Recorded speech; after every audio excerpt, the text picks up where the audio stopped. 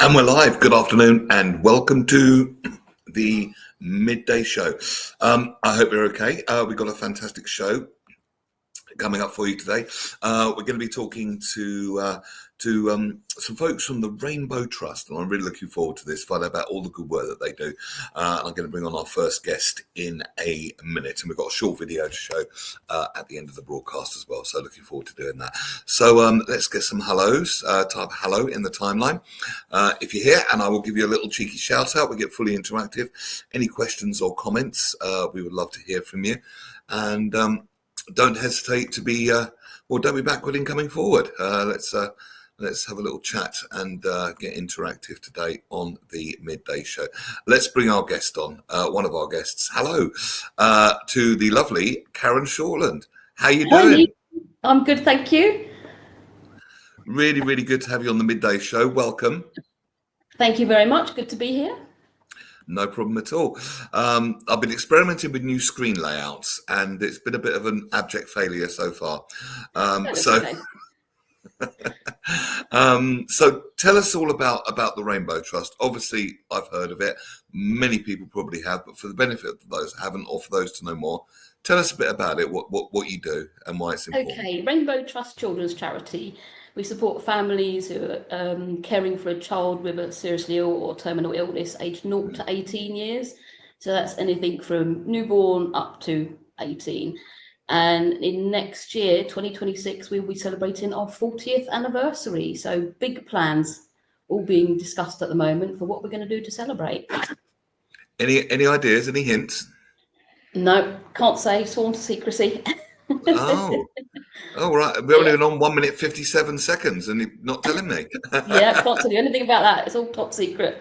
No, fair enough. We support families in various ways. It could be anything for hospital trips to appointments to save them having to use public transport, because a lot of the children that we look after are high risk of infection and things like that.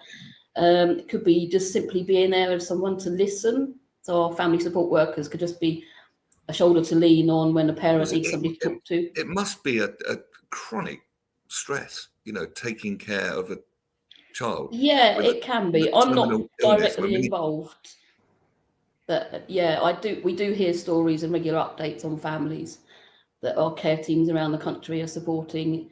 And yeah, some of it can be quite emotional, some of the videos that we watch and see and some of the families, but there's also positives as well for the children that come out the other side of treatment and carry on to live and fulfill their lives. So, right. So that is in some of the cases the treatment is successful.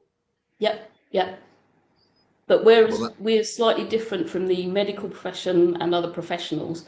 We can stay with the family for as long as they need us, particularly things like bereavement support after a child sadly dies, which does happen, unfortunately.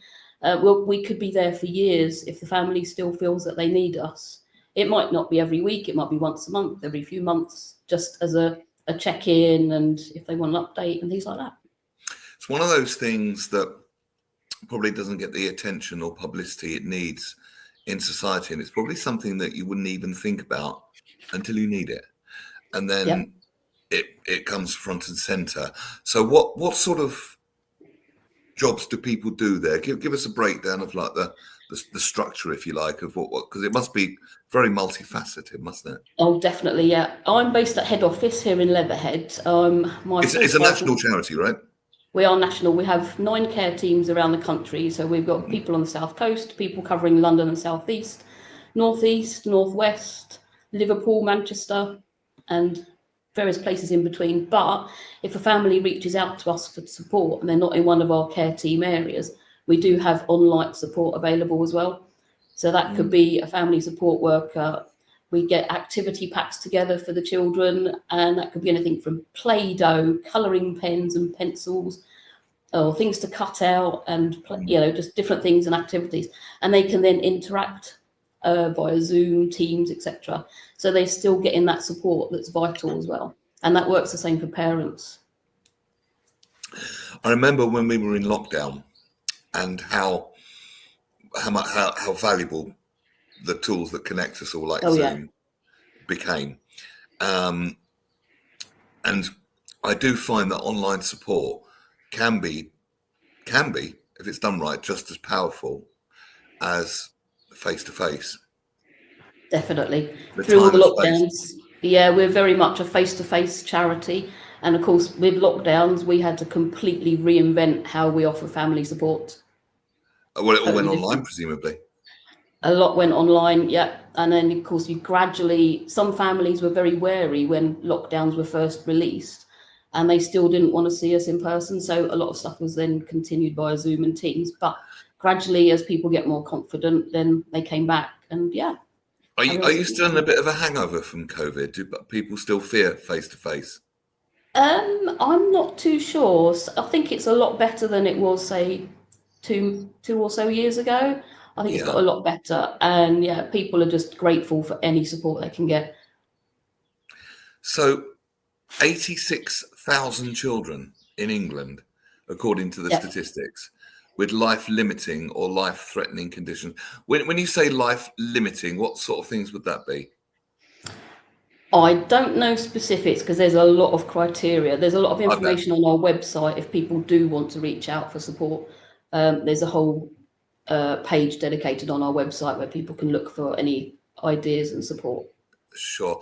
I'm just looking at the literature you sent me. I mean, it's really so encompassing what you do. You support the whole family, including Yeah, parents, carers. Now, this is a big one because I think sometimes yeah. people forget that carers need care. Caring is not. Mhm. I put my hands up. I couldn't do it. I'd be a terrible carer.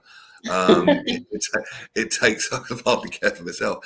It takes a very special kind of person to do that. But carers, it's a constant risk of burnout. I would have thought with carers, isn't it? That's it, yeah. So when our family support workers go to visit a family, it could be a simple thing like if one parent takes a child to a hospital appointment, the other parent can have that break to make a cup of tea, have a bath, have a shower, knowing that the family support worker is a trusted person and can look after siblings or there's grandparents. We do support the whole family. And siblings is another one that often gets forgotten as well. If the poorly child has got a sick another brother or sister, they're going to need somebody to talk to as well. So that's why our family support workers are there.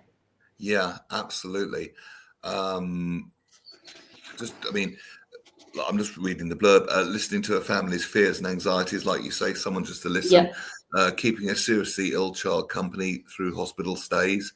That must be a very poignant job to do, mustn't it? Oh yeah, definitely. It can be But fun. It can be difficult, but yeah, I mean, we get lots of photos from our family support workers, and you'll end up with like painting. There's music, Lego, Play-Doh. People end up yeah, with stickers all over their faces. They do have fun. I'm trying. The Patch Adams, the Robin Williams film, sprang into my Yeah, mind there. Yeah, just for obvious reasons. yeah, Driving families to medical appointments to help save time and money, organising fun activities to help sick children, like you say, their brothers and sisters, and support through bereavement and grief. Grief is yeah. not an easy journey, is it? I mean, it's Definitely just not. No. yeah. Excuse me. So you don't get any government funding? No government funding, so any donations that we receive from corporates, community groups, individual fundraisers, as individual donations is all vitally important to us. Absolutely. And if you're going and you've been going 40 years on donations only, so there must be quite Next year, yeah, some active fundraising things going on. yeah. What kind of thing do you do for fundraising? Well, this Could be anything. weekend we got 3 mega events coming up. Go on, tell us I'm about those. yeah, I'm volunteering at 2 of them myself. So Go Friday on. and Saturday we are the supported charity at the Hook Beer Fest in Surbiton. So I'm actually there Saturday night on our stall, and then on Sunday we have our Rainbow Trust 2 cheer points at London Marathon, and Saturday we have a big team of, let me just check my notes. We've got 59 people running the London Marathon, and Wow. then they'll be all fundraising for us. We've got 2 cheer points at London Bridge and Temple, so our runners just look out for us. We'll be cheering you on. We'll have sweets for that sugar fix. And Saturday, we've got a new event that we're doing for the first time this year called the Adventure Triple Challenge. And that is happening up in the Lake District. And it is, let me just refer to my notes. It's a 31-mile cycle ride. a 2 Wow. mile kayak or canoe paddle, and then a 7.5 mile climb to the summit of Helvellyn, which is England's third highest peak. And can I give a big shout out to 4 of our team from head office here, Catherine, Colin, Nick and Ed, because they're taking part themselves.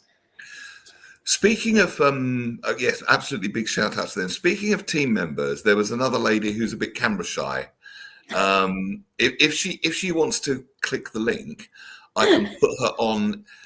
Hang on, I can put her on audio only, Let me just see. so she doesn't have to show her face. Can I name her?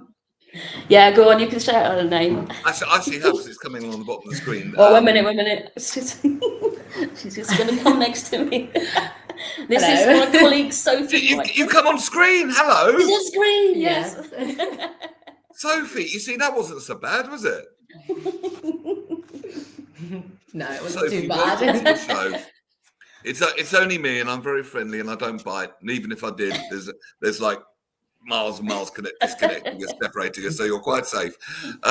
What do you do for the Rainbow Trust, Sophie? So I work in the PR department, so I'm a marketing and communications executive. Okay, I bet that keeps you busy. Yes, Yeah. it's been very, Especially very today. busy. Yeah, so actually, one of the things that I think you're going to speak about today is Fred. So he's 76 and running his 33rd London Marathon for us, and he's been busy doing some interviews, so that's kept me on my toes.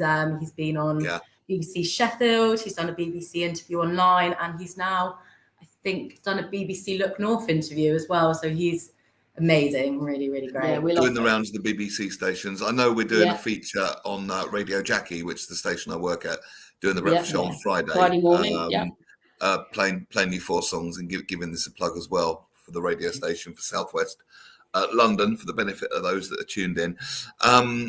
So, oh my goodness me, so much I could ask you. So the Hook Beer Fest, you're volunteering at that one. Now, the last time I went to the Hook Beer Festival, I remember it. were you there? You were there as well. I was there. Yes. I don't remember much about that, because there was this particular cider. The strawberry cider. That was it. It was either raspberry or strawberry, and Yep. it tasted like pop, and it was 7%. Now, just to put that in context, Stella is about 5%, isn't it? You know, Something like that. Yeah. a good kind of indie beer company beer, about 6%. This was 7%, and I had a good few glasses of that. Then I had to go to my friend's car, and it was spinning. So I don't remember too much about the Hook Beer Festival. You'll have to come down, Neil. No, not again. I'm actually. What time is it? What time is it on? I'm actually there on Friday evening as a guest. That's 6 till 10, and then Saturday there's 2 sessions, 12 till 4 and 6 till 10 again. I was there for the 6 till 10 on duty, so I'll be behaving stuff. I might come down. Maybe I have to check the diary. Show my face Saturday. Don't let me near the cider, okay? No matter what, don't let me near the cider. Sophie, what's the best bit about the job working for the Rainbow Trust? What do you love about it? Oh, that's a great question. I mean, just everything about it, really. I think there's just the value in the work we do, really. Yeah. I think being able to, part of my job is being able to speak to the families and hear their stories, and then we'll write about them and we'll show them to the world. And I think having that and then getting donations off the back of them, and really just being for them as well, being able to share their families and the support we offer is really important for them to be able to. You must make friends for life doing a job like this. I think, there's definitely bonding. I think being able to go through, I think what the families go through as well. I think at head office, we're not necessarily the real heroes. The real heroes are the family support workers and the relationships they build with I think anyone that's involved in any kind of this work, you're being very self-deprecating and you're being very humble, but I'll boast for you, anyone that works in this kind of industry is not even the right word, organization, is a hero in my eyes, certainly. What drew you to this kind of work, Sophie, first of all? Well, actually, I started off as an intern Yeah, here, but Right. I think working for a charity has always been important to Very me. Caring rewarding. about, Yeah, rewarding, definitely. caring about what I do and the difference I make. And I think this is definitely a great charity to work for. The people are lovely and everyone's so hardworking. And we're Yeah. a small team in head office. So Everybody gets on as well. We all help each other when needed. And like we get the chance to volunteer at external events as well. Hence I'm doing Yes. 2 this weekend. So Yes, I'm just reading about the Adventure Triple Challenge that you were talking about, Karen. So we've got 48 people taking part, the ones you shouted out. 31-mile cycle ride. Wow. Yeah. Are there a lot of very fit people that work at the Rainbow Trust? Because you've got the marathon. You got They've like been doing a 31 lot of training. I mean, I can't even imagine walking 31 miles. 3.1 miles, maybe at a push. But is it a lot of sort of physical challenge stuff that you do? Is it kind of? We do all sorts of events. There'll be a lot of running events and sports events, and this Adventure Triple Challenge is something new to us.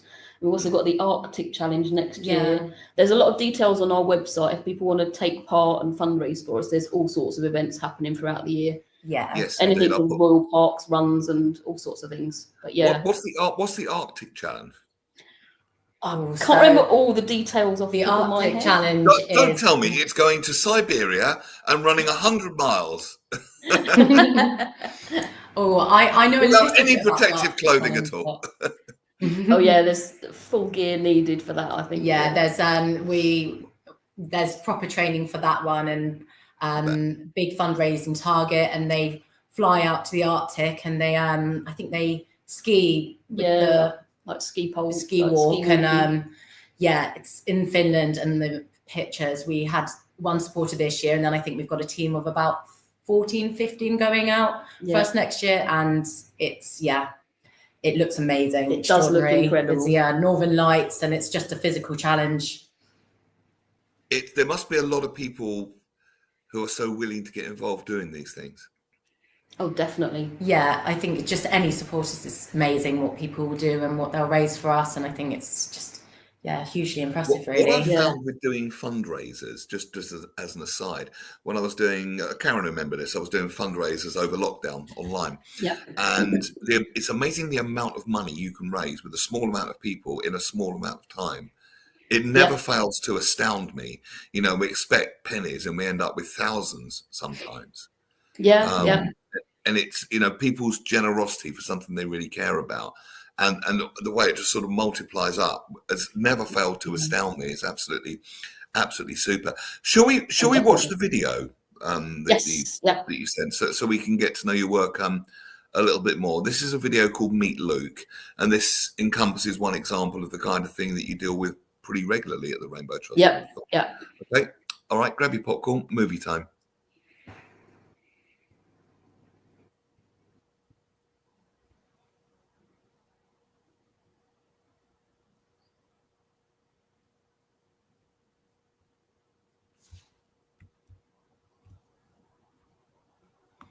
Hang on, should we have sound there? There should be, on that. No, that's weird because some idiots turn the sound down. What idiot would do something like that? Who would that be then? No idea. Okay, take two. Movie time. Right, show us these new stones. This is one of them. Oh, that one. Yeah. It's what the community started to do for me for my cancer treatment. Just to cheer you up, wasn't it? So that when he comes out the house, you can see all the lovely stones. My name is Luke, and I am 13 years old. I had a lump on my shoulder, and it was irritating me quite a lot. So we went to the Barney surgery to see what it was. When the nurse first told me that I had cancer, we all burst out crying because we wouldn't have been able to do our normality. absolutely devastated as a family, didn't know what the future held, what we needed to do. And Luke became really quite poorly quite quickly from the treatment. So that was heartbreaking to see. Watching him suffer, watching him cry, when they have to give him the chemo and go to theatre. Just so much going on so quickly. Trying to explain to a child why they have to have all these tubes and medicines and treatment. So I reached out to Rainbow Trust to see if they could support us as a family. Because at the time I didn't really feel that we had anybody that I could refer to if I needed any help and support. Rainbow Trust is really supporting us through this. It just feels weird being back at school. Rainbow Trust has helped with that, being able to get a little bit of normality back in his life after spending 11 months literally in the house or at hospital. We get to have a little break. Luke gets to have some fun. It also gets Luke out of the house without us, so he's socialising with different people. It's also good to know that they're on the end of the phone if I ever have any queries or questions about anything. Rainbow Trust has made a big difference because it's nice for me to go out and meet new people, and Monica is the nicest person I've met. It's made a very big difference to everything in the isolation I've been through. Yay! That was a good one. Monica is absolutely brilliant with Luke. He's really come out of his shell and he's not as anxious as he used to be. And he gets really excited when he knows Monica's coming to pick him up. A little smile on his face. It's made me feel a lot happier, so it feels good to try and get back to normality again. Rainbow Trust has made a very, very big difference in my life.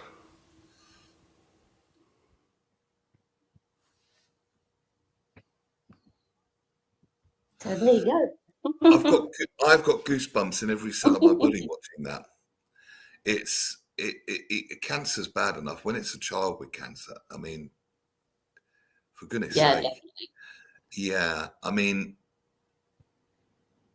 what? Wow! For once, and Karen knows me quite well. I'm speechless, and this is Speechless. this is a relatively rare Very phenomenon. rare. Sophie, I can assure you. But it just shows the invaluability of the work that you do. Because without that, it would be. We talk a lot about mental health a lot on this show, and something I say an awful lot. If there's any kind of mental condition, by its very nature, it feels so isolated. You think you're the only one, and particularly with social media, because it could be easy. You could be quite easily fooled into thinking that everyone's having a wonderful life apart from you. You know, and I know people that have actually got quite depressed by believing that, and it's not true, by the way. But just the support, the sense of not being alone, and how the joys come back into his life, shall we say, the hope and the joy, and through some pretty brutal treatment. I do believe that cancer treatment is getting cleverer and better, but it's still quite brutal, isn't it? Yeah, especially for somebody so young as well. It's one thing Very being an much so. adult and going through with it, but a child having to deal with it as well. I, on an emotional level, certainly, I'd say physically, the age, the youth is helpful. They would normally say, wouldn't they? But I've made a little banner here: rainbowtrust.org.uk. If people would like to be involved, then how can people get involved? Tell us more, because there must be a myriad of suggestions, and let's see if we can spark some ideas here. Yeah, on our website there's a page that lists all the events we've got coming up, and people will also sign up through other fundraising websites as well, like Time Out, and there's a few running ones for a lot of people that do various running challenges. There's different websites there, but if they come through to our website, there's also a very handy donate button if they'd like to make a donation directly to us. A handy donate button. I love the way you put that. Yes, very handy donate button. But I mean, we get single donations. We might have an elderly person that gives £2 to every campaign we send her, or we might get, because I look after our inquiries and support care inboxes, I might get a nice email from a corporate company that says, "Oh, our fundraising committee, we've decided to make a donation to your charity. Here's £5,000. Wow. It can be as simple as that. We do get different amounts from people. They can be completely out of the blue, but it's interesting to hear how they chose us. It might be that one of their team has got a direct connection. It might be a family we've supported in the past, or a family we're supporting now has links to a company. Yeah. So, yeah, the money comes in from all different directions. Yeah, and you can organise your own event if you want to, just off your own back. Yeah, so we do have a lot of community fundraise. It could be like a coffee morning, or a local residents just a get together. People have done online gaming, charity events. Really, any type of fundraising, picnics. anything that anyone loves, any kind of hobby, making it into a fundraiser. It's just it helps raise awareness as well as raising money as well. So, of course, and that's important, because I imagine the budget for marketing isn't huge. So anything that goes, not at all.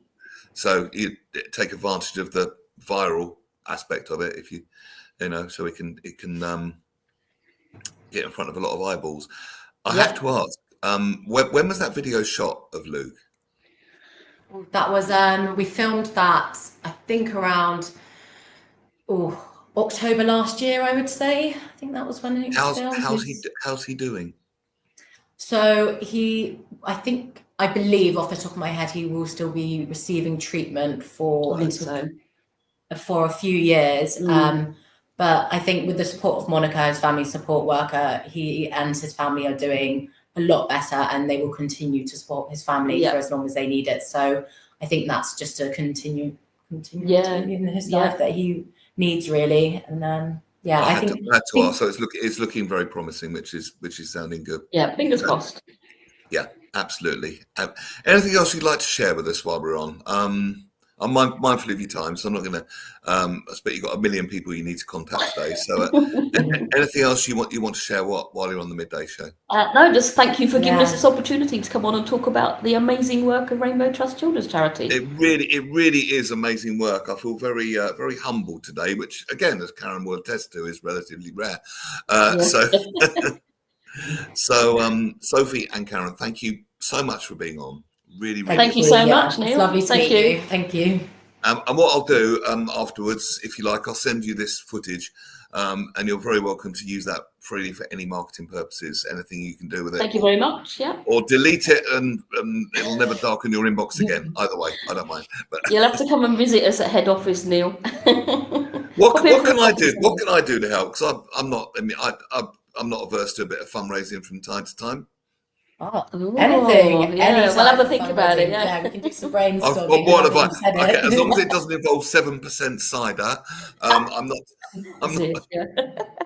not too bothered. Yeah, have a think about it. I'll do something for you, because I do quite a lot of stuff. Thank you. Lovely. So have a ponder, and you know where to find me, Karen. So will do. Thank you very much. Yeah. All right, Sophie and. Sophie, how do you pronounce your surname? Wichman. Wichman. It was a 50-50 shot. Sorry, Sophie and Karen Shortland. Thank you so much for being on the Midday Show. Brilliant. Thank you very much. Bye. Take care. The rainbowtrust.org.uk. Barry J. Allen, hello to you, and Robert Van Buren, hello to you.